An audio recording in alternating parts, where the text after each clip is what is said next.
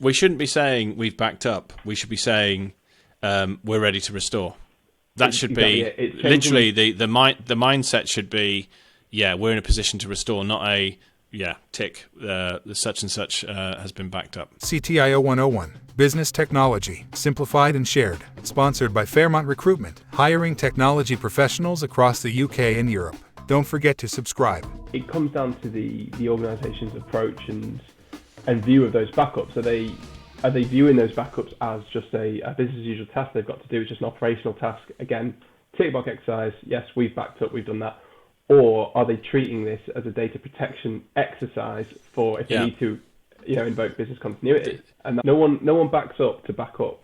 You only back up to recover. So why do you focus just on the backup piece? You should be focusing on that. On that recovery. It's amazing. It happens everywhere, doesn't it? But that is a proper example of meeting the target but missing the point. Watch the full ransomware episode now and learn the strategies that can stop you having to pay these extortionists. Without these countermeasures in place, payment will sadly be the default option.